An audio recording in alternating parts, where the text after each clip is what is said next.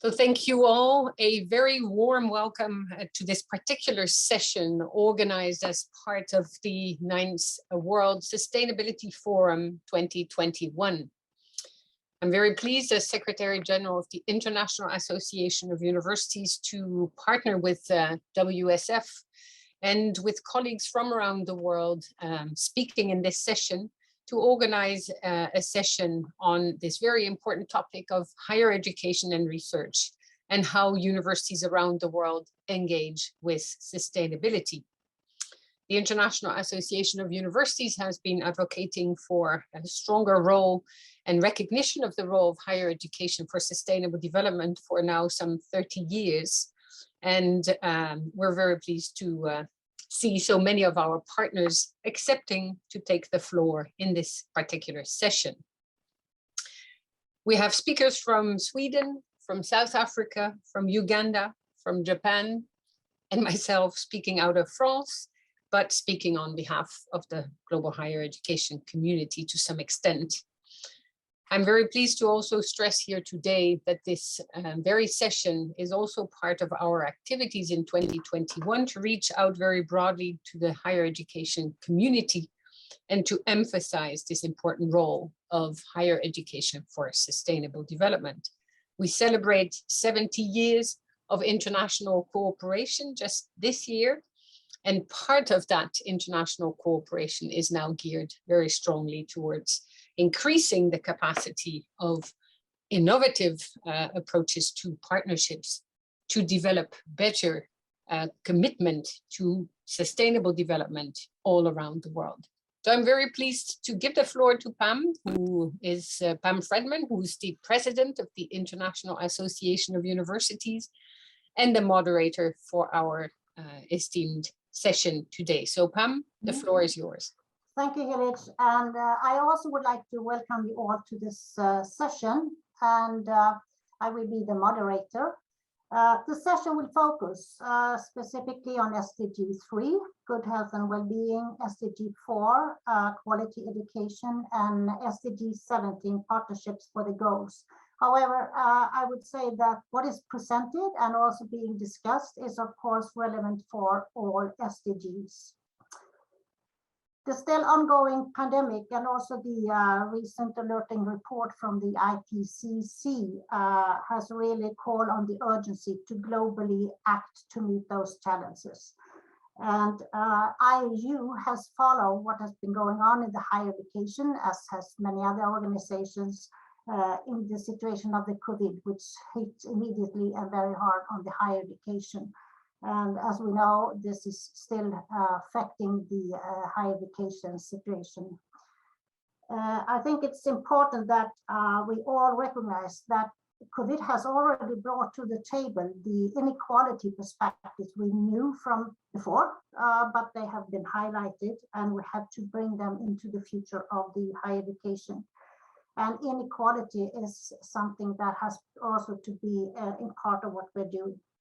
I also would like to bring, before I start, is that there is a recent article in Lancet on the from the student perspectives on the universities and their work in sustainability. And they really call for a whole institutional perspective and whole institutional approach from the universities. That includes, of course, also very much the responsibility to take actions together with the society at large. But it's an interesting to see also that the students are really the pushing ones. So for this session, we have representatives from the IAU Global Cluster, which Hilligje will talk more about. Each speaker is giving 10 minutes, but I invite participants to send questions to the chat box, and Hilligje will help me to see what's coming in. And of course, with the time limit, it might be so if you are active that we cannot answer all the questions, but we will carry them for the future actions and discussions within IAU. So we have 4 distinguished speakers, and you all deserve much longer introductions than I will give, due to the time limit. And I think that the presentations and discussions must be given the priority. So our first speaker is Professor Olipete Ottersen from the Karolinska Institute in Sweden. And before this position, he was also director for the university in Oslo. Olipete has a strong and long scientific background in neuroscience, and he has been heading several interdisciplinary research and education initiatives. And Karolinska Institute is part of the IAU Global Cluster focusing on the SDG 3. So the screen is yours, Olipete. Thank you very much, Pam, and thank you for inviting me to this very important meeting. And when we speak about commitment and engagement, I think it's excellent that IAU takes on this challenge to really try to move the entire field, the entire university system in the direction of taking a stronger engagement in pushing forward the ambitions embedded in the Sustainable Development Goals.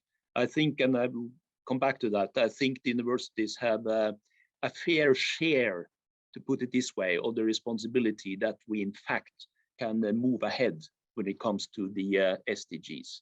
I will show a short presentation here now. So the Karolinska Institute is, as many of you know, a medical university. So indeed, we have a focus on SDG 3, good health and well-being. But I will also touch upon SDG 4 and 17 in my short presentation. In fact, we have a strategy that is very much aligned with the UN's Agenda 2030. It has the same time perspective, and it speaks about better health for all, where all is this magic word saying that we should work across generations for better health, across borders, across socioeconomic strata, and also, of course, across disciplines and sectors, given the complexity of health in the modern world. So I should say that we have done already in our strategic work quite a lot to see how we could contribute, although modestly, to the ambitions embedded in UN's Agenda 2030. There has been an interesting discussion during this pandemic. In fact, voices have come to the fore saying that perhaps you should revise the Sustainable Development Goals given the challenges that we see during the pandemic. And also there have been voices saying that perhaps the SDGs aren't that relevant any longer, again referring to what we have seen during the pandemic. But I completely agree with Pam. I think the pandemic has shown us that the Sustainable Development Goals are more relevant than ever before. Because what I see, what most people see during this pandemic, is that the inequalities and inequities, and I should add the injustice that we see on the global scale, they have been even more accentuated during this pandemic. I see the pandemic as the great unveiler. It has unveiled inequities that we knew were there, but now they are so prominent and so conspicuous that we cannot any longer ignore them. We really have to join forces to see how we can improve the situation on the global scale. So this is a comment that we published a few months ago on this very topic. COVID-19 puts the Sustainable Development Goals center stage. When it comes to teaching, a major challenge is really to take into account what I put on this slide. I think university system has really learned how to gather perspectives from all over the world. I mean, we are working across geographical boundaries, but by comparison, and this is of course self-critical, we haven't really been as successful when it comes to teaching across generational boundaries. I mean, on sustainability, on the different dimensions of sustainability. We have to change the curricula, and we're trying the best we can here at the Karolinska Institute. In fact, we have a new curriculum now for the physicians, the training of physicians, where we try to put SDGs as a cross-cutting theme throughout the curriculum. We'll see how this works out. But Of course, we have to also address the 3 levels of education, the informative, formative, and transformative. And of course, when we are talking about the SDGs, we should emphasize much more than previously, I think, transformative skills, which are really needed to make changes to the system. When it comes to research, one example of what we're trying to achieve when it comes to research is to focus on what we call sustainable health. I'll show how we define this in the next slide. Center of Excellence for Sustainable Health is a new initiative that was established only in January 2021. I'm really happy that Professor Rhoda Wanyenze is joining us today, because this is an effort that includes our own university and Makerere University in Uganda. And the picture here is from the launch of the center, with the president of Makerere University being present, Professor Barnabas Namangwe. And what is sustainable health? Well, it's based on the Brundtland Commission, of course, the definitions that were brought to the fore by Gro Harlem Brundtland quite some time ago. And the important issue coupled to the term sustainable health is that everything we do, of course, when it comes to promotion of health, should also take into account the planetary boundaries, the effect on climate, on the environment, and so forth. So this is a sort of new line of thinking to really see how we can get medical research to fit into the SDG ambitions. And perhaps Rhoda will come back to this, but this collaboration on sustainable health is based then on the several principles. Reciprocal innovation, of course. We have to have a richness of perspectives when we approach the SDGs, community voices, and not least, we address what I call the implementation crisis, that we have so much knowledge in medicine about health that still have not been implemented, and particularly so in low and middle income countries. The keyword implementation is essential for SDG 3. And we're happy, as Pam also pointed out, to be part of the SDG 3 cluster, and Makerere University is on board in the same cluster. So what we now think at the Karolinska Institute is that we should see the work towards the realization of the ambitions in the SDGs as a 4th task of the universities, no less. Of course, we should do research, we should teach, we should innovate and communicate sciences and research to the entire society. But we should see, I think, realization of the SDGs as a separate 4th task of the universities.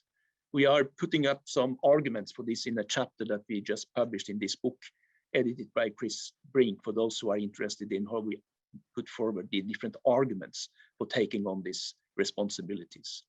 And of course, we equate more or less the SDGs as the endeavor to secure the future of humankind.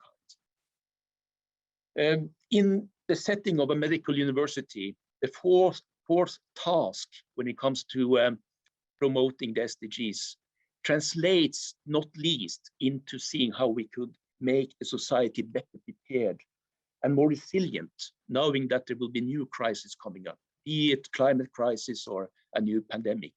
So we just established a health emergency and pandemic science center at Karolinska Institute, where we put together all the different types of expertise that we have to see how we could help ensure that the society, the global society, is better prepared next time around. Of course, this is not something we can do on our own, but we are trying to build networks on the basis of this mission statement that you see here. And the important thing is, of course, to work across all different disciplines, fields of expertise, to really ensure that we have this deep prevention that is needed to better navigate through the next crisis. We have introduced a term called universal preparedness for health, which, as it says here, implies an anticipatory approach to health, what we call deep prevention. And this is a prevention that should, of course, work across geographic and generational boundaries. And it should include the One Health and planetary health dimension. So this is very much an effort to bolster our commitment to the SDGs. And in fact, just a few days ago, I was in Berlin attending the opening of the new hub in Berlin for pandemic preparedness. And I hope that we will be able to network with this new hub in our endeavor to help prepare for the next crisis. And goal 17, extremely important. What we have seen in this crisis is that we need, not least, to look at target 17.7 to promote sustainable technologies to developing countries. There is a tremendous technology divide. And as you can see here, it translates, for example, into the fact that in Africa, with 1.2 billion people, only 1% of the vaccines it administers are produced in Africa. This is not sustainable at all. So we need to, universities need to take into account these tremendous disparities that we see, not least when it comes to technology differences between different countries. This was what in 10 minutes I would like to convey to you, and I hope that I have put forward the idea that the universities really need to engage, and that we should see this as a separate task, in fact, of the universities to really move towards the realization of the SDGs. Thank you. Thank you very much, Olipete, for bringing those things for us. And as I know that you have to leave in a few minutes, I would raise a question to you, which is very complex, and it's not an easy answer. But you raised the complexity of health, the inequality that we are seeing, and also, of course, inequality from a global perspective.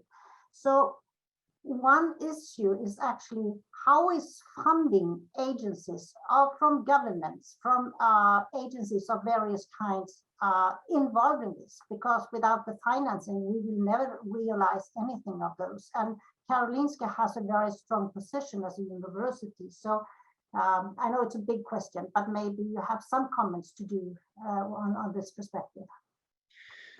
Yeah, this is, of course, a key question. And when we are talking about alliances, which is a central topic to this conference, of course, the alliances have to incorporate the funding bodies. That's a must. But I should say that I'm an optimist, because I see in my own country here in Sweden that funding bodies, they understand that they have to engage, like the universities, in these tremendous challenges. So funding opportunities are coming up, but of course it's too slow.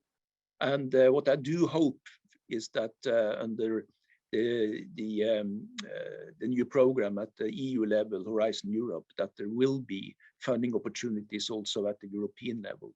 And of course, we have huge international foundations that already are engaging in this. What I do hope is that the entire life science sector, which already has all the different stakeholders that are required to build capacity, for example, for vaccine production in Africa, that the different stakeholders, the actors within the life science sector comes together to ensure that we will have also financial support for the endeavors coupled to, as I said, this helping out to reduce the technology divide between different countries. Thank you very much, Olipete. And I think that the message you're sending is something that we all have to care and all have to help to promote and advocate for. So thank you very much, Olipete. Thank you. And then I will give the floor to our next presentation, and that is Heila Lotz-Sisitka. And a short introduction to you is that you are at the Rhodes University of South Africa, and you hold the chair of the African Research Initiative, Global Change and Social Learning System. She has a very good and long international track record in research, and also as research leader in South Africa. And I will mention the South African hub of the international GCRF, Transforming Education for a Sustainable Future. And the Rhodes University is also a partner of the Higher Education for Sustainable Development Global Cluster, and with a focus on the SDG 4. So we are looking forward to hear what you will bring to us, Heila. Welcome. Thank you so much, and thank you very much also for inviting me to join this important forum. I'll just share my screen and let me just get organized here. Yes, so I am working at Rhodes University, as I've just been introduced, and I work in a center called the Environmental Learning Research Center, and in a National Research Foundation research chair. And one of the interesting initiatives that the National Research Foundation have recently set up is a new program called Communities of Practice. And this is what I'm going to share with you this morning as one of the latest initiatives that we've been trying to set up and develop here in the country. And our research chair is hosting one of these National Research Foundation Communities of Practice. So it's a tool or a mechanism on the national research landscape to allow universities to strengthen the partnership orientation that they are working on towards sustainable development in the case of our community of practice, and also to try to, I think, strengthen the impact and role of the science that's being produced out of the universities into the social system. So the community of practice that we've formed here with 11 research chairs, similar to my research chair, is called Social Learning and Sustainable Development. And our focus, I'll share with you as I go along, is to really address this very important need, which is to bring science, practice, and policy closer together for advancing sustainable development and the Sustainable Development Goals. And we've been adopting or trying to develop a social learning orientation out of and inside the universities that support knowledge co-development and knowledge uptake and use for solution-oriented sustainable development actions. And in particular, in this particular community of practice, we're also trying to address this very major problem which we have, which is education and science system misalignments. And one of the challenges we're dealing with is that it literally takes 10 years or more to get new science, including what's coming through in the social ecological sciences, health sciences, and so on, into education systems. And at the same time, we are needing a different type of science educator and scientist. So we're sitting with almost like a double conundrum here. And so this community of practice is aiming to try and see if we can find ways of addressing this double conundrum.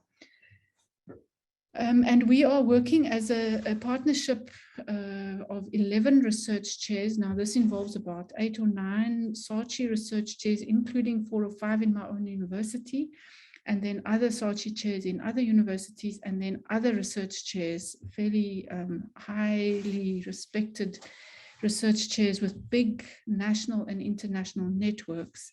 And we're collaborating across 7 universities involving many of South Africa's major transdisciplinary research centers in global change research.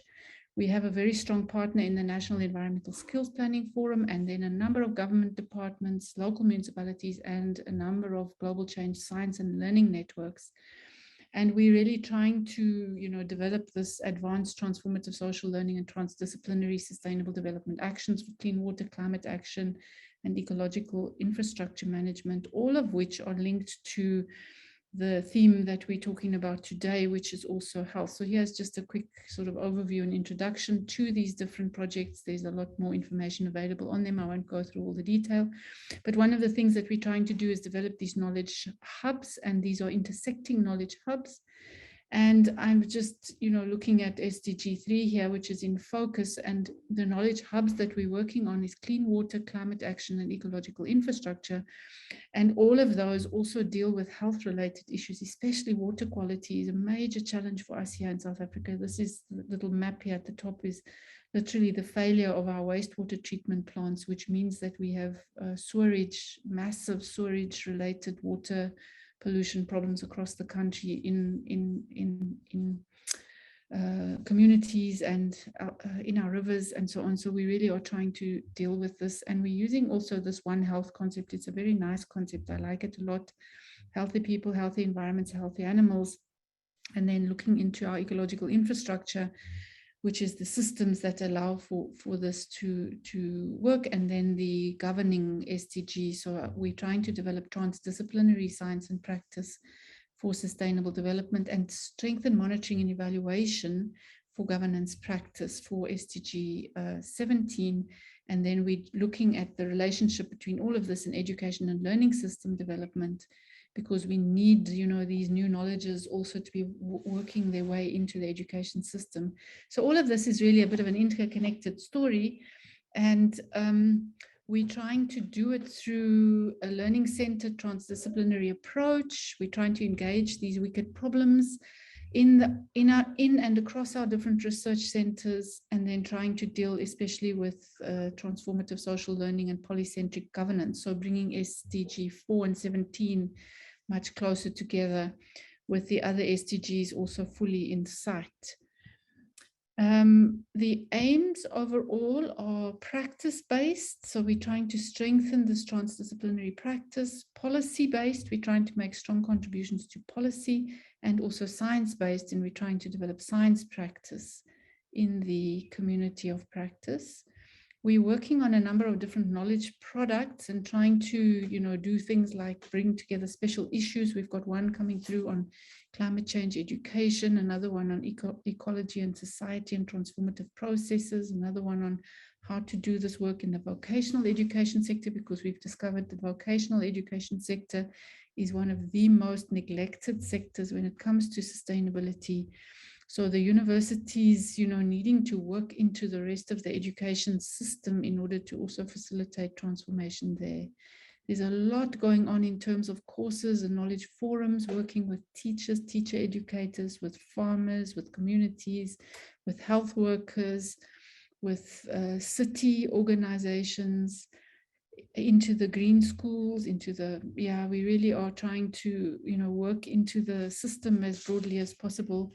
This is one of the projects we were working on last year and into this year, which is to try to deal with, you know, the kind of fallout that occurred with COVID, and try to make sense of what this means in our societies and in our education institutions. And what we did is we chose to work on the intersection of food, water, and economic livelihoods crisis, because this was where the real big fallout was as the COVID-19 lockdown emerged. And we just went into a partnership with young researchers across 13 countries and just started to ask them to help investigate what's happening with these intersections with food, water, and economic crisis. And then just trying to see, what does it mean if we can learn from this? What does it mean to transform education for sustainable futures? So we were looking at issues of just recovery and the longer term systemic changes, and then also the need for transformative learning, responsibility. How do we respond better? What abilities do we need to respond better? And what kinds of collective agency are needed for more regenerative approaches as well? Because we also realized that we don't want to go back to what we had before COVID.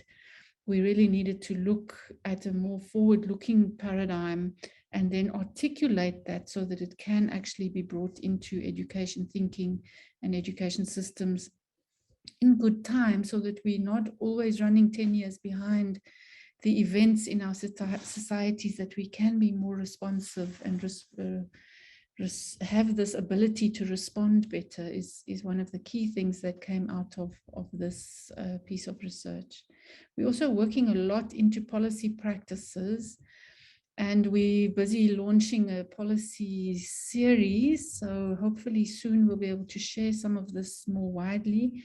We're just in the process of bringing these all together and beginning to build the website for this initiative. We've only been going for a year and a half now, and unfortunately we started literally the month after our first lockdown. So it's been quite hard to get this big national research partnership with, you know, going, but fortunately for the Zoom rooms, we've been able to keep going, and we're actually making quite nice progress and bringing quite a lot of nice things together.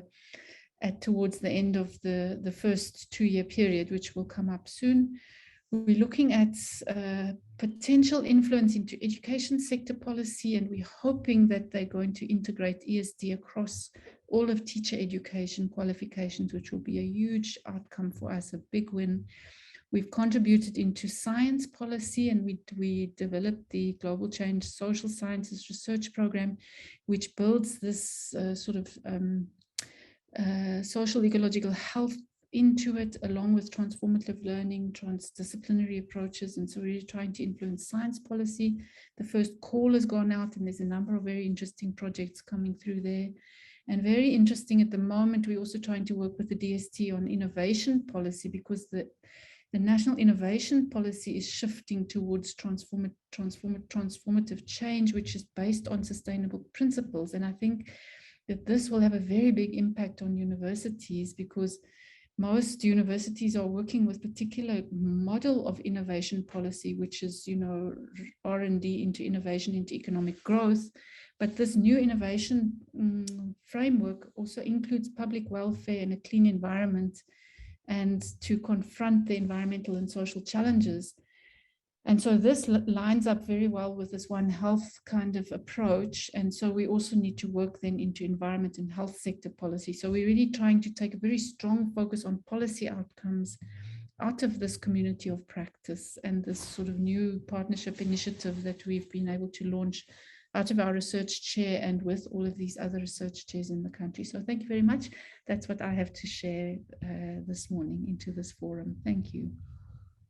Thank you very much, Heila. And I think that we remain with questions to, after all, it was just Olipete because he was going to be, but I think that one thing you brought up to now, I think that maybe you can extend that more later, and that is the social innovation perspective. I think it's important that we raise that. It's very often innovation is just technology and medicine. So what we bring forward here in this session is important. So maybe we can come back to that after you have all spoken. So then I leave the floor to Professor Rhoda Wanyenze. You have an expertise in infectious diseases and maternal and child health, and you have been very much engaged and active in public health policies and leaderships in Uganda. And I had the great pleasure to be there with the Carta system a couple of years back. The Makerere School of Public Health has built a large network, and we've heard about the partnership with Karolinska just recently, and working forwards to consolidating and expanding partnerships. And we are very happy, but Makerere University is a member of the global cluster on higher education study, and with a focus on SDGs, really was brought forward with Olipete. Giving the floor to you, or the scene to you, Rhoda.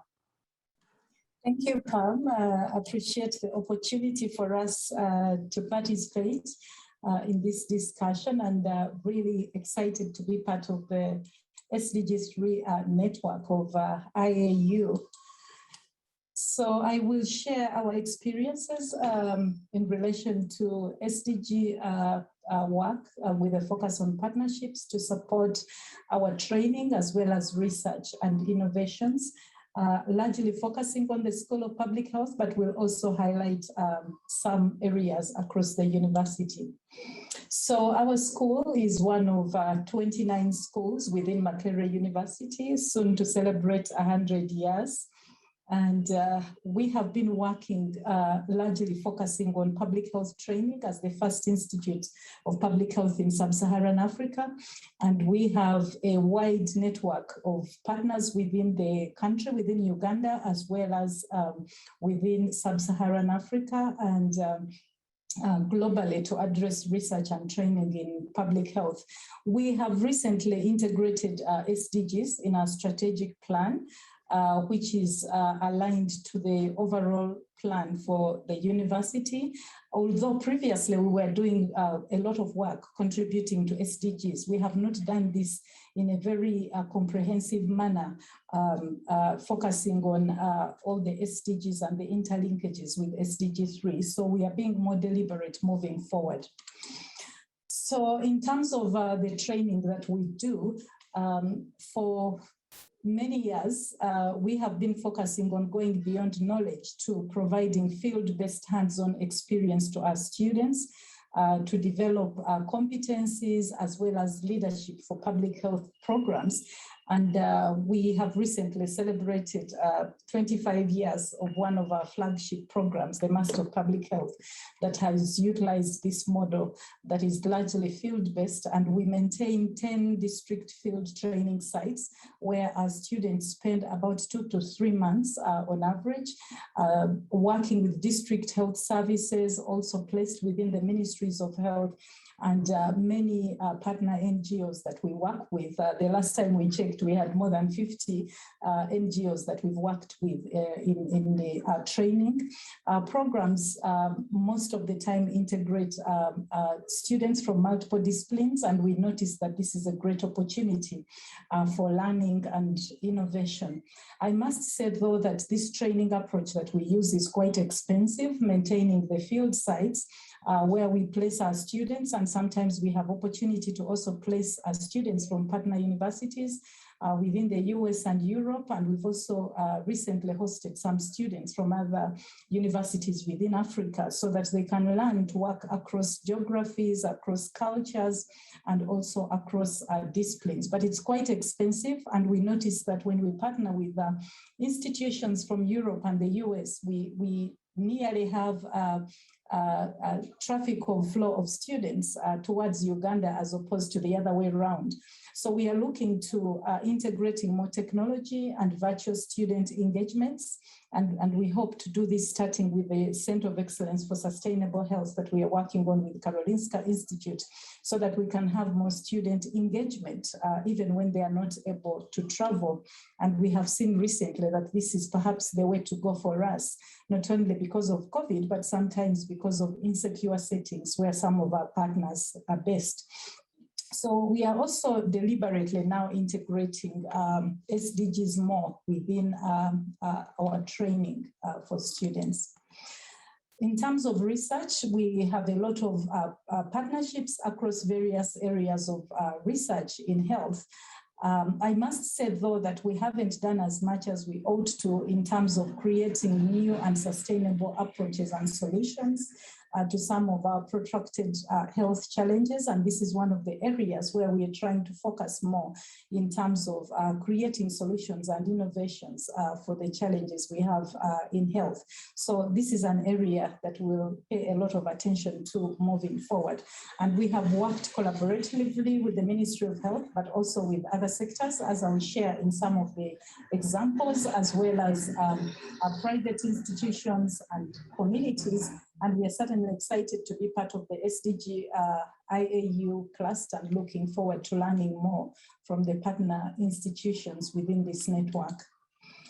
This is one of the case studies that I thought I would share, where we did work with adolescents and young women in Uganda, focusing on sexual and reproductive health and rights, a particular focus on HIV and other STDs, as well as family planning. And we did a lot of work within this research, looking at school dropouts and what's happening to the young girls out of school, and whether or not they would be willing to return to formal education or to have informal support to improve their skills for survival within the communities. So this work we did collaboratively with the Ministry of Health, the Ministry of Education, and we also worked with the Ministry of Labor, Gender and Social Development. And we widely disseminated the findings to partners. And based on this work, we worked collaboratively with the ministries to develop what we call second chance guidelines, so that we offer another opportunity for the young girls to formally or informally train and make the best of opportunities for livelihood. We also developed a communication strategy as well as an advocacy toolkit to support these programs. And we have followed on to do evaluations to see how this implementation is going of these guidelines and how the partners have integrated the findings to improve the outcomes for adolescents and young girls in Uganda. We are planning to do a follow-on survey this year, and we are pretty much embedded within the network, with our role being generating evidence as well as evaluating the programs as they are implemented. This is another example of a program that we've been implementing collaboratively, which started about 3 years ago as a partnership with 8 universities in Africa. Universities partnering with ministries of health, largely focusing on utilizing data that the ministries collect during routine service to improve actions based on that data. This network is supported by the Global Fund and has just been expanded to 13 countries since last month. So again, an example of universities working with policymakers and implementers to use evidence to improve actions. Then this is another example of a project that we are working on currently, assessing the COVID response in Africa, which we started as a partnership with universities in 4 countries. And within a month, we'll also be integrating the University of Ghana. And we are working together, not only tracking the control of COVID, but also looking at disruptions to other essential health services. And then we are also looking at unintended consequences on sectors beyond health, and particularly focusing on the case study of education and what's happening in there through support from the Bill and Melinda Gates Foundation and the exemplars in global health. And here is our Center for Sustainable Health that we will be launching this week on Thursday, after working together for about 1 year. As you saw from the launch that we had previously, rather the collaborative agreement that was signed by our vice chancellors in January this year. And this is specifically focusing on SDGs, very deliberately looking at research as well as enhancing capacity for us to advance sustainable development goals, SDG 3 and the interlinkages with other SDGs. You can see more about this center on our website. We have been doing a lot of work, although we've been around for a short while, with 3 capacity building projects that we are implementing in partnership with Banadi University in Somalia, as well as the University of Kinshasa in DRC. And hopefully we will have an opportunity to expand this. I also need to highlight that we have a number of interesting projects where we have worked collaboratively across disciplines and also across sectors to improve policy and practice in Uganda and other countries in Africa. And I will highlight the trauma, injury, and disabilities work that we are doing to reduce the burden of road traffic accidents and management of injuries, but also focusing on drowning, one of the neglected areas in public health. And then we are also working with the Social Innovations Network, with the Social Innovations Hub in Uganda, trying to harness innovations that exist within communities as well to address health challenges, because quite often it's one way coming from academia to the communities, but the communities do also have innovations to address their challenges. And we haven't done a good job of identifying and realizing the full potential of this innovation. So we do have this Social Innovations Hub, and we are working closely with the Ministry for Science and Technology, as well as the Ministry of Health, to try and expand this. And several other centers that are highlighted here, where we are doing work within the school, within the College of Health Sciences, and elsewhere within the university, where there is a Center for Climate Change and Innovations. We are hoping we can have more linkages with that center. And I need to emphasize that one of the gaps that we still have, perhaps, is working more across colleges, schools, and working more across all these excellent research centers, so that we can enhance the potential for innovations. In conclusions, I would say that we have been doing quite a lot of work in terms of advancing research and innovations and to generate solutions, although we are a long way to go in terms of improving our investments in technologies for health. And we've also been doing a lot of work in terms of training the next generation of leaders, and currently trying to strengthen the integration of SDGs.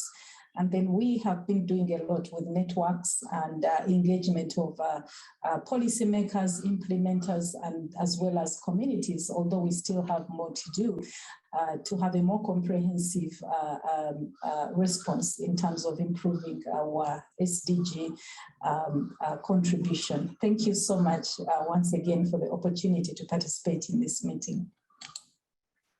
Thank you very much, Rhoda, for this presentation and all what you are doing. And also you are bringing up the innovation and social innovation. So I think that's a topic I would like you to further explore. It's also interesting to see what is happening. Students, I would like to come back to their willingness to participate and their driving forces. But now I would like to give the floor to Jonghwi Park. You are the Academic Program Officer and Head of Innovation and Education at UNU-IAS, the Institute for the Advanced Study of Sustainability. And since you joined, which was in 2020, you are leading new thematic programs promoting innovative and inclusive use of information development. You are team leader and specialist on the ICT in education at UNESCO, or was Asia Pacific Bureau. And you have a large experience from the education programs and also from the lifelong learning, which we have not mentioned yet. So your organization is also a partner for the IAU, and we are looking forward to listen to you. The scene is yours. Thank you very much, Madam Chairperson. So good morning, good afternoon, and good evening, everyone. Thank you for having me here and also having UNU-IAS here. It was very exciting to listen to the previous presentations on a number of exciting research initiatives around SDGs. And it really provides a great segue to my talk, because I'm going to talk about some concrete examples of how cross-sectoral partnership is not just helpful, but essential and inevitable for higher education sector, and working with local communities and putting those research findings into local actions and practice. So my name is Jonghwi Park, and I'm from United Nations University Institute for the Advanced Study of Sustainability, or UNU-IAS. So the first example is Regional Centers of Expertise on Education for Sustainable Development, or RCEs.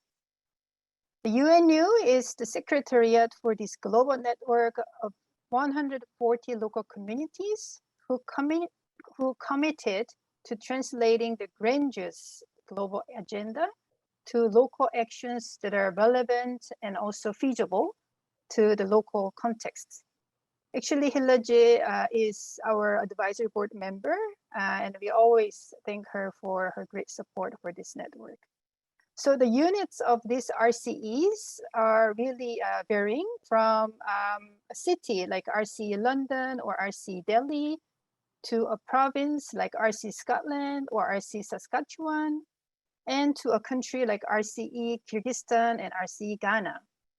So why am I introducing this community network in this higher education session? It's because our research shows that 54% of the projects that our RCEs are implementing during the gap year, which is 2015 to 2019, are led by local universities. So one of the examples of a project led by a university at the local level is RCE East Midlands in the UK. So RCE East Midlands in the UK initiate this project of carbon literacy training program, which they claimed is one of the world first initiatives on carbon literacy.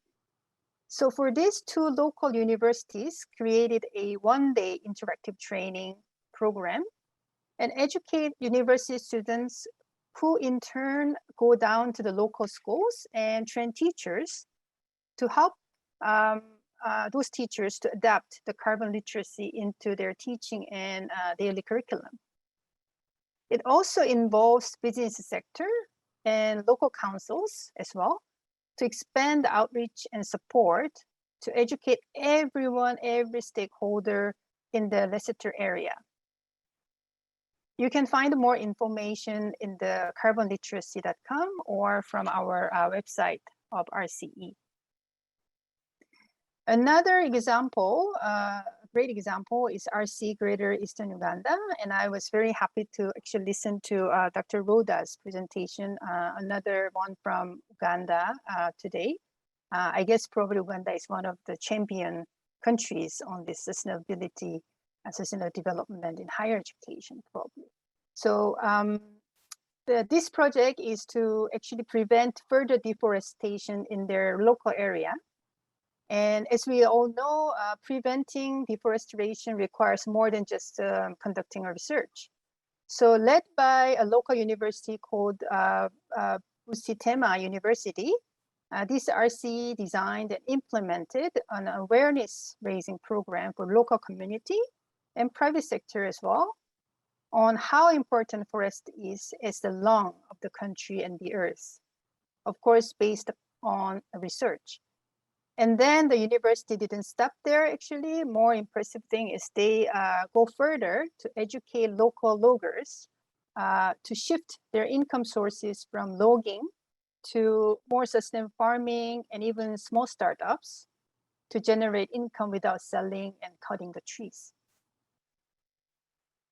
So more cases like this about RCE's involvement in communities are in this recent publication.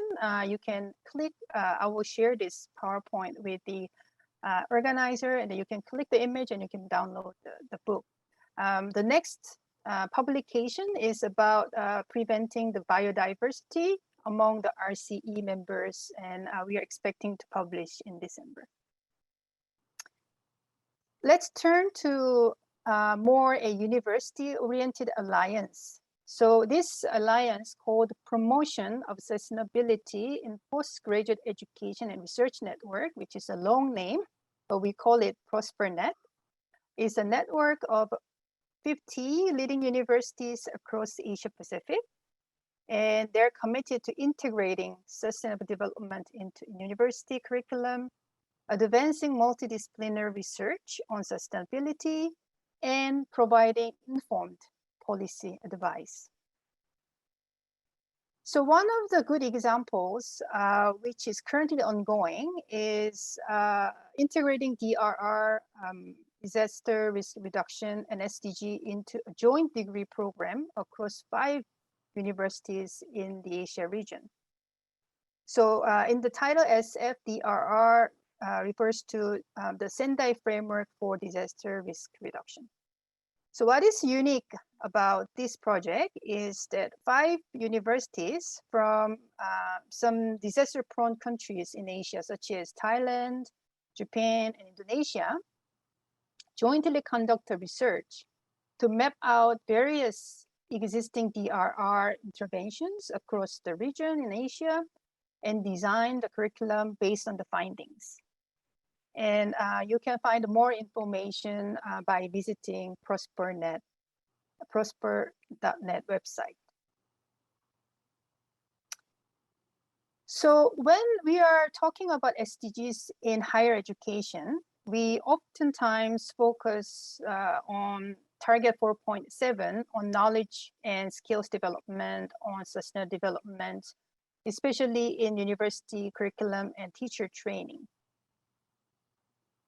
However, I would like to actually close my presentation with the more fundamental issues of higher education, which is equal access to higher education, as in SDG target 4.3. As we all know, the great success of education for all movement in the pre-SDG era, or MDG, Millennium Development Goal era, put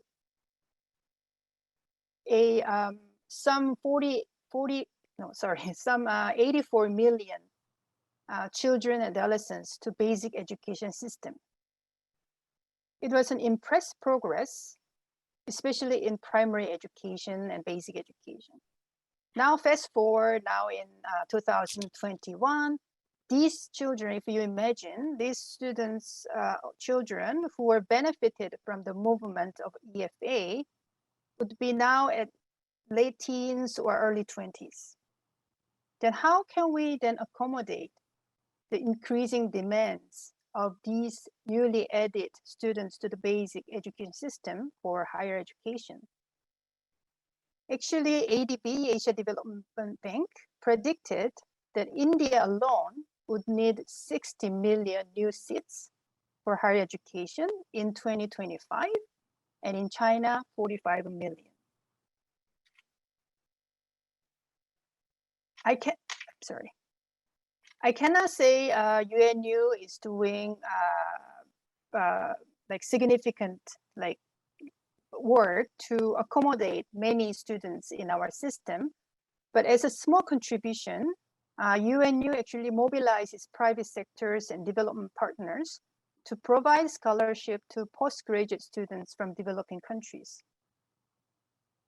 So UNU-IAS actually have degree program for masters and PhD in sustainability and sustainability science. For this year, we have 34 postgraduate students, year 1, year 2, year 3 altogether, from 21 countries. 82% of whom are from developing countries. And UNU-IAS provides financial support for 65% of those students. This is actually a very small measure compared to the increasing demands on higher education and further studies. However, I'm convinced that this UNU-IAS is a small measure, can plant a seed to grow young leaders and researchers for sustainable development across the globe in a more inclusive manner. Thank you very much for your listening. Thank you. Thank you very much for bringing this, and I think that we can go back. I have something that you might think about, and that is you mentioned that the local universities having the leadership and the success and the importance of that, and then maybe you can explore that later, because that's an important thing to bring the role of higher education in those developments. So finally, I would like to give the floor to the Secretary General of IAU, with whom I have the pleasure to work with for many years now. And you will explain what IAU is doing in more details, and I give the floor to you, Hilligje. Thank you very much, Pam, and already a very warm thank you to all the speakers for your presentations, as really you've set the scene on what already is being done around the world and why higher education cooperation matters. I think that really comes through everything that is being presented here. So I'm very pleased to indeed take the floor very quickly to reposition where we speak from as an IAU. We are based in Paris, but we work around the world with universities on all 5 continents. We were called into life in 1950 by UNESCO to create a safe space for higher education institutions to work together, share their experiences, and to learn from each other. So a bit of the different dynamics also indicated by all the 4 speakers before me. I think we show in practice how this works. We're very pleased to have Karolinska, Rhodes, Makerere, and UNU as either members or very strong partners, and to really collaborate on many issues that are pertaining to higher education and research for sustainable development. So we are very pleased to foster this strong need for further engagement in HESD around the world through our networks and with our partners and with our members. But we decided as well that it would be maybe a good thing to devote more quality space to networking more specifically on this topic. And that's where we developed the IAU Global Cluster on Higher Education and Research for Sustainable Development. As a background to everything that we do, I want to really recall quickly that we really focus on the notion of values, on ethics, integrity, equity, solidarity, cooperation, global responsibility towards all communities inside the institutions and way beyond, the appreciation of diversity, equality in learning, research and outreach, academic freedom and institutional autonomy. Where we've traveled with those values around the world for 70 years now, we see there is a need for even more strongly advocating for them because there are too many places that challenge them in many different forms and shapes. So we're very pleased that the members of the IAU, when adhering, also sign on to these values and help us promote the importance that these have for the development of better high quality higher education. So we work on several priority areas, including internationalization, fair and inclusive internationalization for that matter, on strong globally engaged leadership around the world. We work on the digital transformation of higher education. That was mentioned a few times, and as well by Makerere now, by Karolinska, and in the different presentations as being the way forward, how to better connect and use the opportunities offered by the digital transformation of higher education that is actually speeding up in this period of pandemic. We only always hope that nobody will see the digital opportunities as a replacement for higher education, as it also is carried out on the ground and face to face. So, and the fourth priority area of work for the IAU is higher education and research for sustainable development, and that we work on for more than 30 years. We also map higher education initiatives globally to help understand what universities can do differently. We conduct research and produce reports on the state of play, but on many different aspects relating to sustainable development. We recently launched a series of publications on each and every SDG, also connecting them still to all the other SDGs. So we have published a first little booklet on higher education involvement with SDG 13, on climate action on 4. We're working on a development of a publication, and we're coming up soon with 2 publications, one on SDG 16, peace and strong institutions, and on SDG 14, life below water. Another SDG publication that we have launched very recently is one on SDG 5, gender equality. And I've heard that very strongly reflected in the presentations as being one of the SDGs that all attend to. So we have a strategy that is really to encourage peer-to-peer learning, to monitor trends, develop and share expertise.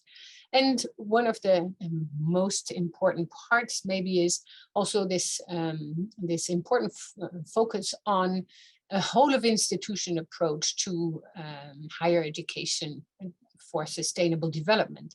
Because we believe that if people inside an institution do provide for a very strong support for HESD, it still is very important for the leadership to pick this up and to infuse SD at all the different levels within the institutions, and for the leadership to take responsibility as well for this. I see that Prof. Barnabas Nwangwe is also with us in this session, and a warm welcome to him, because he is in his leadership position also one of the leaders of much of the work that has been done, and you've seen him on several pictures by Karolinska or by Professor Wanyenze. So it is very important that the leadership is on board and supports the work that's being done. That's what Heila has also shown very clearly that the University of Rhodes has been part and parcel of the development of initiatives around HESD for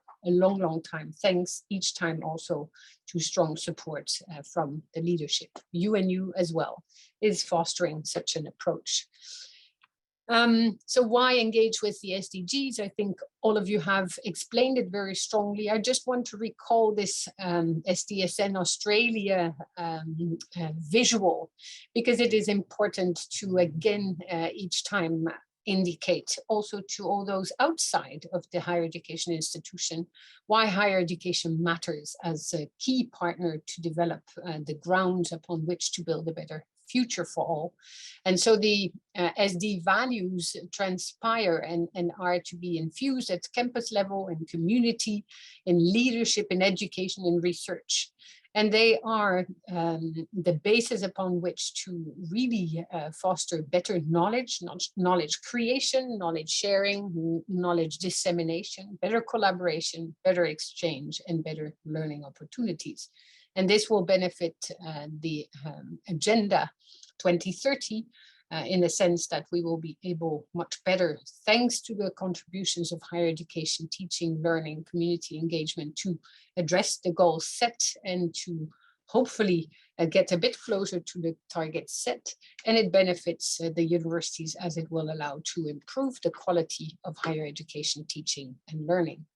So we've developed this cluster to maybe illustrate even better how universities cooperate around the world and what they can do together, because we strongly believe as an IAU, but also the partners we heard today already, in partnerships between different stakeholders, between partners with very diverse backgrounds and based in multiple parts of the world. And this is the only possible way into addressing and implementing UN Agenda 2030. And we've seen it, this strong need for a connection, a better connection between higher education institutions around the world along very different lines of reasonings why bigger institutions, smaller institutions, public and private ones, based in all parts of the world on equal footing. And that is absolutely essential. So these universities that we've invited from the IAU membership agreed to take the lead on each and one of the SDGs, yet also strongly connecting to the others. And around them, they've developed subclusters with satellite universities. And today we work with some 100 universities around the world in the different subclusters, but also together.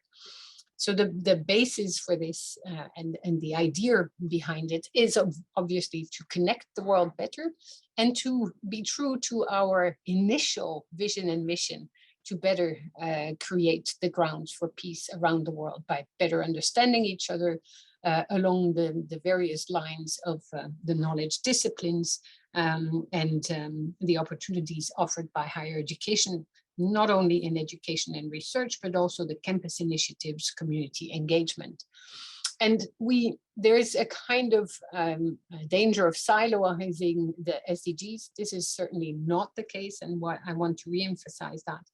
But yet there is a beautiful opportunity in this global dynamic to not only emphasize the importance of very strong disciplinary knowledge creation and dissemination, and as well as many said it, and I think Heila, you really emphasized it very strongly, this very important need for transdisciplinarity. So on the basis of strong disciplinary approaches, there is a possibility then to develop the transdisciplinary dynamics required to address the SDGs properly.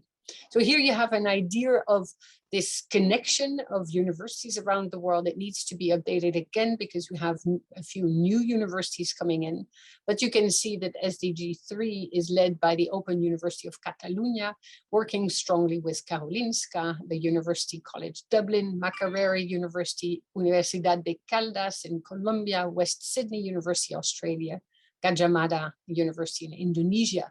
And they in turn also work with their own partners. So it's kind of a snowball effect around the world. We've talked about SDG 4, the importance of quality education and quality higher education based on the values that I showed at the beginning. And there you see Lofana University in Germany, Charles University in Prague, Rhodes University in South Africa, the International Islamic University Malaysia, and the University of Peace in Costa Rica. And again, this is what you see on first sight, but you also work with obviously many others. SDG 17 is led by the IAU and working together very closely, as was expressed already for example, by UNU. So the aim is really to promote the role and potential that HEIs globally have to achieve the SDGs. And it may sound odd, but 30 years into the world of higher education, we still see this need to emphasize the strong role of higher education institutions. The pandemic has shown, though, that higher education has been much more involved in many of the debates, also to address the challenges we're facing due to the pandemic. But beyond that, we also see that still higher education needs to be called to the table everywhere, and we advocate with our members very strongly for that when we meet, for instance, every year at the UN HLPF. So we encourage collaboration and different kinds and innovative kinds of collaboration, not only those universities that are best known, but all those who are not known at all, but still played such an important role in their locality and also nationally and internationally. And we try to really connect those who would not have worked together otherwise and now do also way beyond the call of duty in the context of the IAU global cluster. So what we really offer is a center for resources and networking, a center for exchange of practices and better understanding what is possible to do. We also collect guidance documents or share initiatives that also help universities embed and adopt and embed the whole of institution approach to SD. So we aim to serve as the global voice for higher education and sustainable development, and we do that in strong cooperation with our members. So the aim of a joint vision for the future is really to improve the quality of the kind of education that is being provided. En passant, we also focus the enormous importance of high quality education and not only research and better connections between education and research. And that was mentioned by all the speakers today as well. We emphasize the need to work across the SDGs and the SD spectrum with a strong emphasis on environment. We see a call back to a more environmental focus of the work on SD with, for instance, the challenges of climate change. Yet climate change will never be able to be addressed if not connected to social sciences, humanities, the arts, and to all the other disciplines within a university. So we connect teaching, research, community engagement, and advocacy. And again, it's not at the IAU as an organization that we do that, but we show how our member universities do around the world, and we involve many stakeholders from outside the universities to be connected with what is happening and what is being provided. We believe that with strong education at all levels, from pre-primary to lifelong, engagement with SD at all the levels, will we be able to develop a better world for the many. So I thank you. This is just a very quick tour de table of what we offer, but we hope that this will now be time for a bit of discussion as well. Thank you. Thank you very much, Hilligje, and everyone. Very good presentations and very informative. So I open up for questions, and participants or presenters. Maybe you can raise your hands in different ways if you want to bring a question. But I would like to start, and it's more general. And I brought up the question to Olipete about the financing. And financing is crucial. We cannot forget about that. And it's the trust and value from the financing agencies or governments, whatever. It has to do with what was brought up with Jonghwi, but access. We also have the inequalities perspectives in the whole financing. So engagement with stakeholders, you have given us several different examples. So what to do to increase and to get stakeholders involved and see what higher education really means for them. And that leads to also what you brought up about the RCE and the relevance of higher education institutions as leaders in those centers. You have also brought up the policy, the connection to policymakers, and we all know that that is crucial. So is there anything one can do on the global level, or is that something that has to be done just on, more or less only on the local level, or is there anything we can do? And also something that we did not bring up and maybe can give short views, and that is students as the driving force. I mean, they are the coming leaders.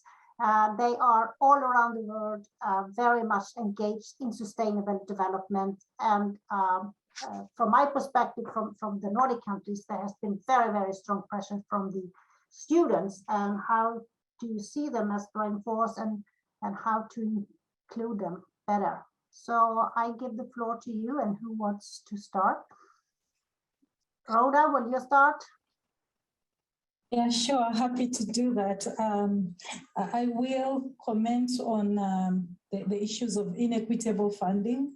This is a major issue that we are grappling with in terms of empowering institutions in some of our settings to do better in terms of research, technological advancements, and contribution to development. Professor Olipete raised the issue of vaccines. For example, we could be doing a lot more basic science research, including development of vaccines, laboratory technologies, and others. But there are lots of challenges in terms of the infrastructure and systems to advance this kind of research. It also tends to be a lot more expensive. Both in terms of student training and research and support for faculty to engage in research.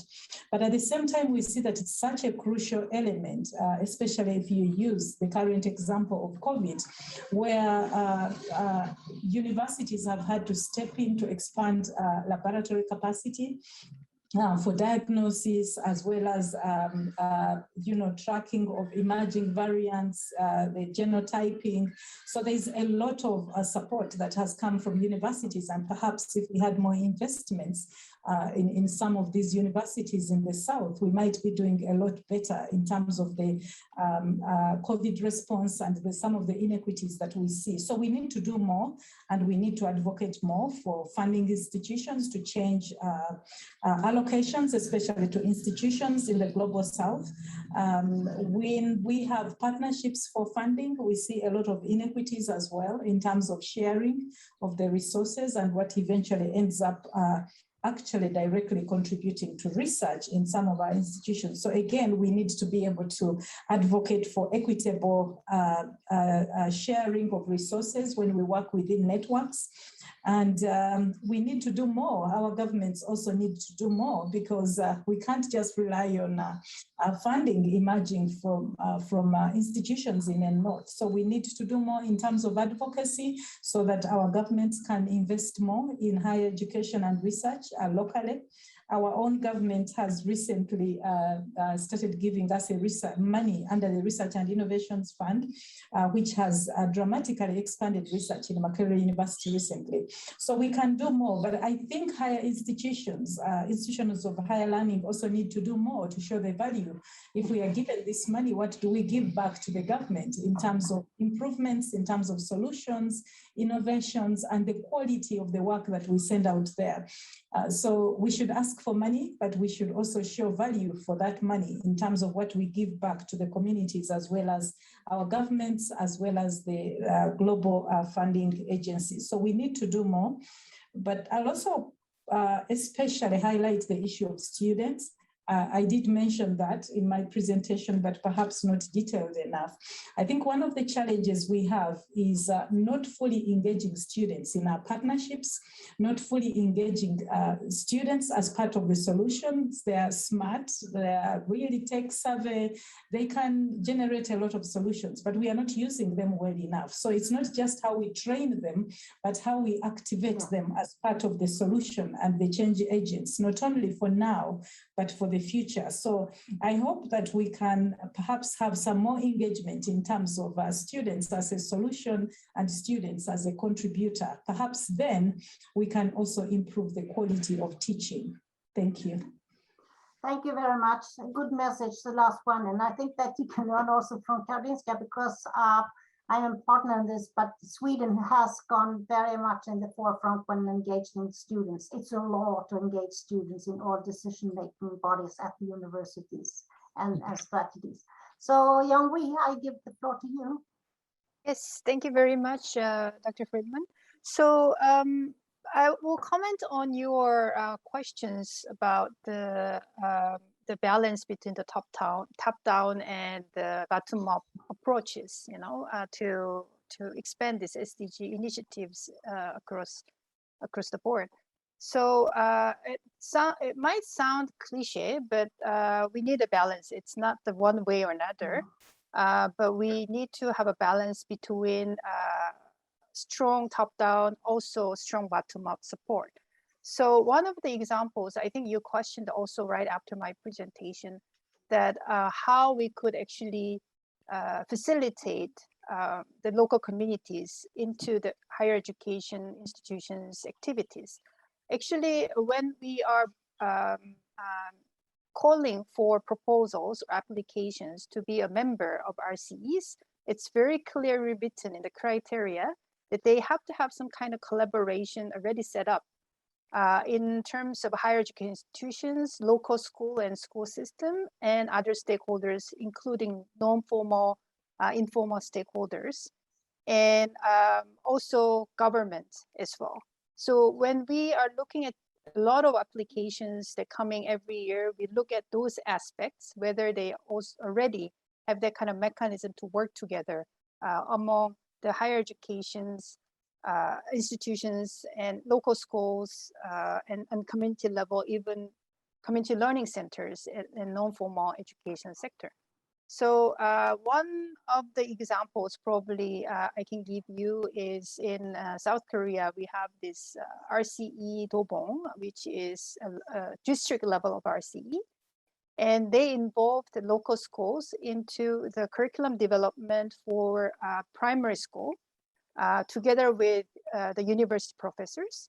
And they tested out in the local schools. And in the end, one of the challenges always, even though we have this kind of RCE criteria, one of the challenges that our RCE members bring up oftentimes is let the government hear the voice from the universities or local communities. But this RCE Dobong, because they already have a setup with the local government, local authority, this curriculum didn't stop at the university level or the school level. Actually, it was adapted to the national curriculum of ESD.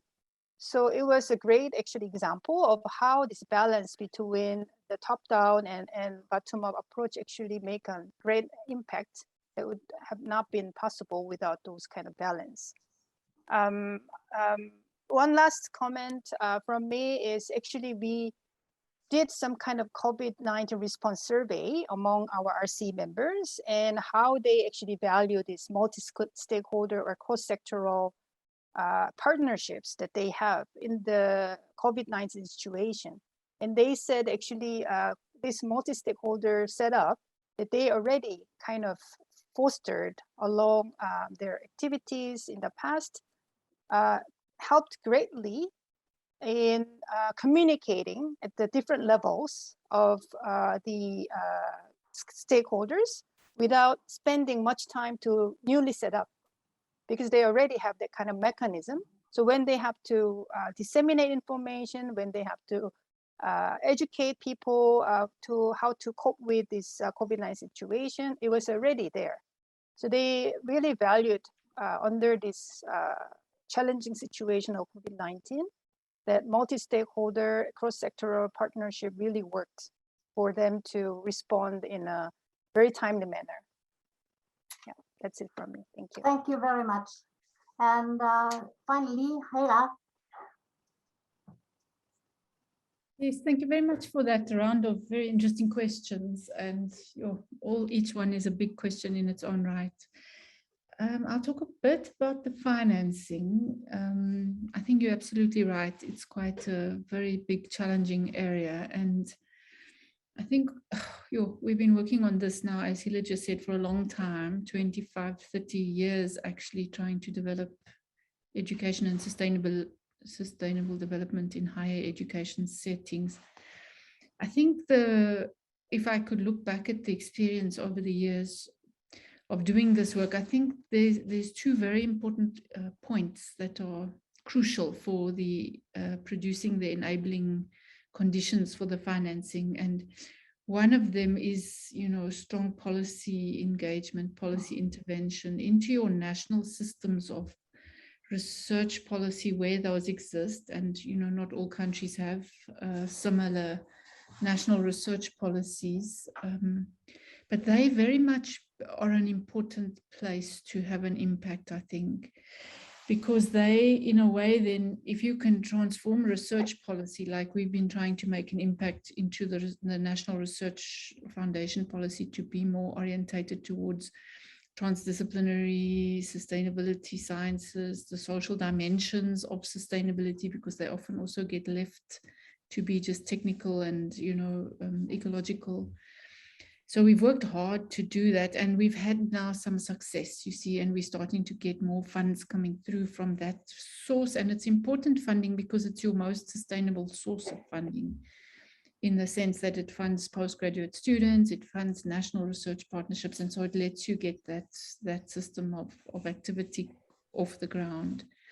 The second type of financing that's very important is your financing into the local context. And there, the university's community engagement policies, the university's institutional development planning policy, very important. Since we've had sustainability and community engagement very strongly included in the university policy, then it allows for more resources to be allocated to the local level sustainable development research that we need to do in order to build local partnerships.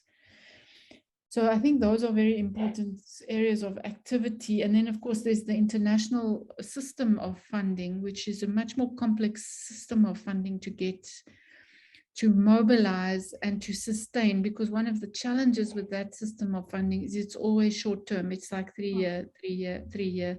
So you put out a big proposal, you get a 3-year grant. We've got one at the moment for working with teacher education across the SADC region, but it's 3 years. And then, you either then the whole initiative then just sort of stops, or you've got to find a whole nother way of trying to fund that. So I feel like, if we could lobby into the international funding systems for more sustainable funding, that would be just so helpful for these sustainable initiatives, especially because they're more complex. The transdisciplinary type projects, they need more partners. You need time to start before you can actually get things off the ground. So we need longer funding windows. So, that I think is crucial for me.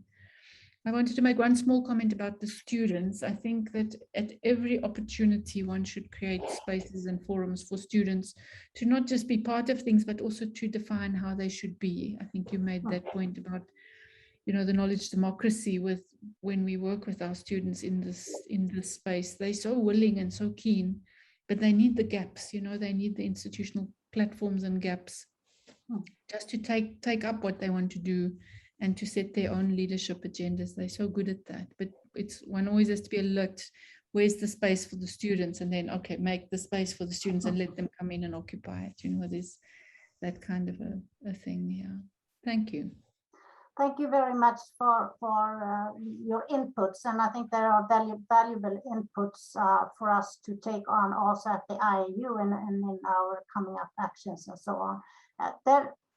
Is there a question that we should try to answer quickly, Hilligje?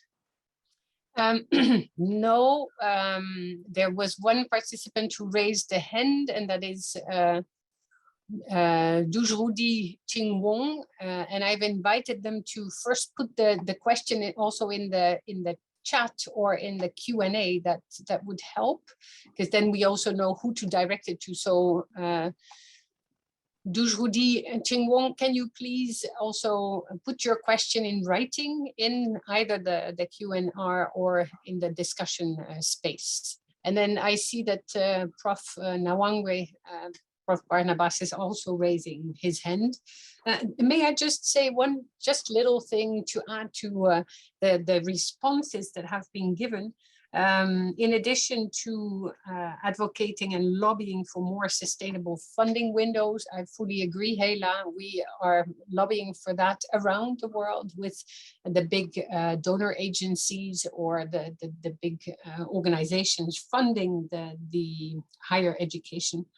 Including, for instance, at European level with Erasmus programs that need to be also better tailored to this idea that you need stronger and longer funding windows. Otherwise, you put, as you say, so much energy in the building of networks or dynamics around the world, and then after 3-4 years it's gone and you have to start anew. Obviously some of that remains, but that's not enough. We also work a lot with quality frameworks, quality assessment agencies, etc., to also look at the reward mechanisms where when a sustainable development is better recognized, then funding can also follow, and that is indeed then an opportunity to ensure for important funding that is much more sustainable, because then it's into the system that the funding is being provided, and not to a fly-by-night project, if I may say so. 4 years is a long and very short time at the same time. So not to say more here, maybe it's good to give the floor to Prof. Nawangwe. Before I will say, I know that we are over time, so if you have to leave, you are apologized. So, Barnabas. Thank you very much, moderator, and thank you. Mine is just a comment, and I would do maybe a comment and a question. I would be requesting both Hilligje and the Jonghwi to make a comment. And this is about international partnerships. While we all talk about the SDGs, I was in Norway, and they actually had a conference on SDGs, and it was a very well attended conference. And they were all talking about how do we achieve these SDGs by 2030. And I was looking at what was being discussed, and I thought to myself, they are talking about SDGs in a very different manner from the way we talk about them in Africa. Because while they are talking about issues of controlling obesity and diseases of lifestyles because people are wealthy, in Africa, we are really talking about people dying because they are poor. Okay. And I say, how do we have a common understanding of what the SDGs should be?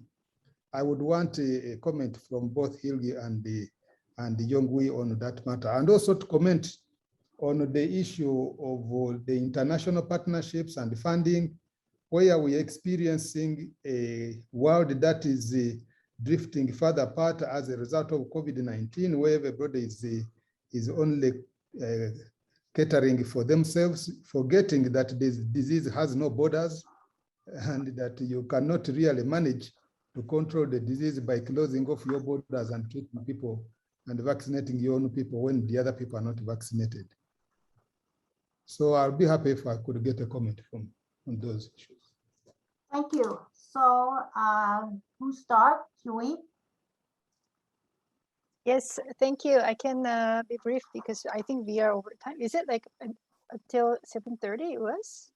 No, I mean, it's my time, but Yeah, we're supposed to Yes. have stopped already. So if we can Okay, take 5 got it, minutes, then okay. we have to close people.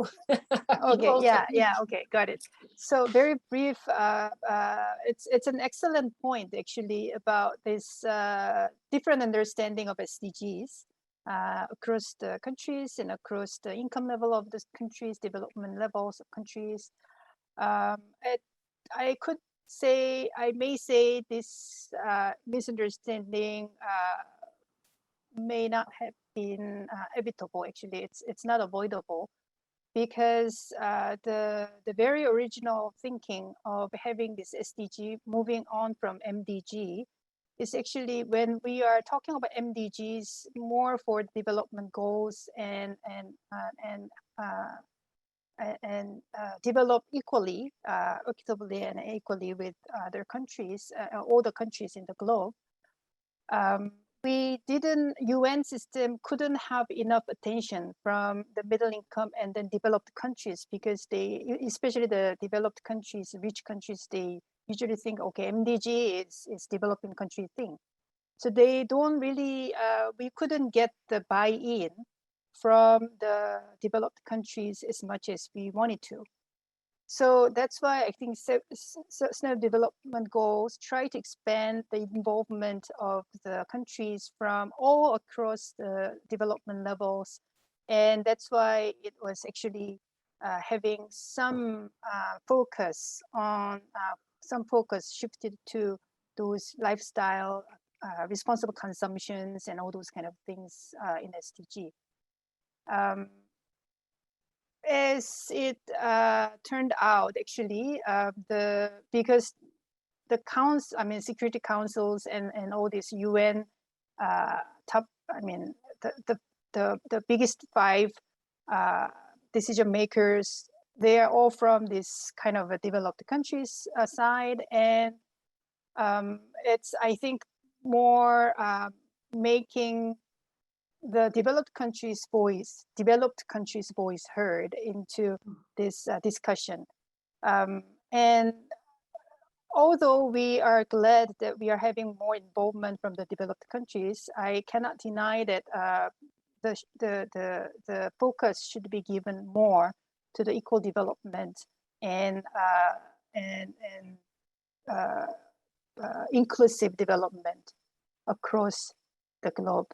So we have actually only 9 years left before we take stock of our achievement for 2030. And I hope the UN system is giving more attention to the equal, equitable development that still in needs of this support. Thank you. Hilligje, would you give your comments? Yes. And then also conclude, because we are running out of time. Yes, we have to. I think the others would have been as well placed to respond to this. Your question, Prof. Nwangwe, is a very important one. How do we talk about SDGs here, there, or everywhere? And you've given a very good response to that, Jonghwi Park. But at the same time, I think that what UNU is doing, ProsperNet, the networks that Heila was showcasing, or the Center for Excellence in the CESH on health and well-being, these connect the people in a different way. The MDGs were for the South, as you said, Jonghwi Park. The SDGs are for everyone. So what indeed people do, they discuss the SDGs from where they sit, and they will have a definition that also is resonating with where they sit, yet by connecting the people much better around the world. Finally, we understand that if somebody in the global South, as you say, if people are dying because they are poor, the butterfly effect is one that we should look at.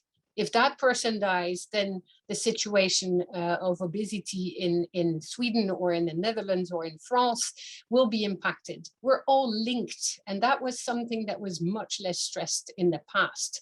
And so to better understand that, to have these dialogues, to sit at the same table in these conferences is essential. so that we better understand where the entry points are to the development of wherever we are on this earth, because there is only one planet. There is no planet B, as we know. And so we need to do that together. We need to better understand how to improve the situation in one part of the world in order to improve the situation in the other. We're much better connected, I would hope, now than we were in the past. And I just hope at the same time that we're not in a phase where populism will bring us back to look only at where we are and where we sit, and that the pandemic which comes with that will not push this dynamic of a better global understanding of the dynamics back. So I believe that these conversations, we need many more of those. We need to bring people together in many different forms and shapes, face-to-face, online, in writing, in co-creating, co-writing books or papers, because only then will we better understand what we have to do all together to have a future together on this planet. And I believe, yes, we have 9 years to Agenda 2030's deadline, but we have, I don't know, 200, 300, 400,000 years ahead of us, and we better get our act together to understand this better and work together. So it's a bit of a generic, I would say, but I think that that is what this session has allowed us to hear as well. This need to connect in a different way, this need to value differences, to value whichever knowledge system is developed where, and to connect them better, to build bridges around the world. And so I would like to thank the different speakers for your very valuable contributions. I hope that this session, once recorded and shared, will be viewed by the many, and that it will trigger further debate on how to improve these cooperation mechanisms altogether. And for one day have a discussion about the SDGs that would be maybe a little bit less apart than what you just mentioned, Prof. Wanyenze. I'm convinced that that is possible. So thank you very much for the contributions, Pam, for the moderation, and I look forward to hearing about possible future debates on these important topics in the weeks and months to come. I would like to conclude only with this. Thank you. Thank you. Thank you all. Thank you, and stay safe. Bye.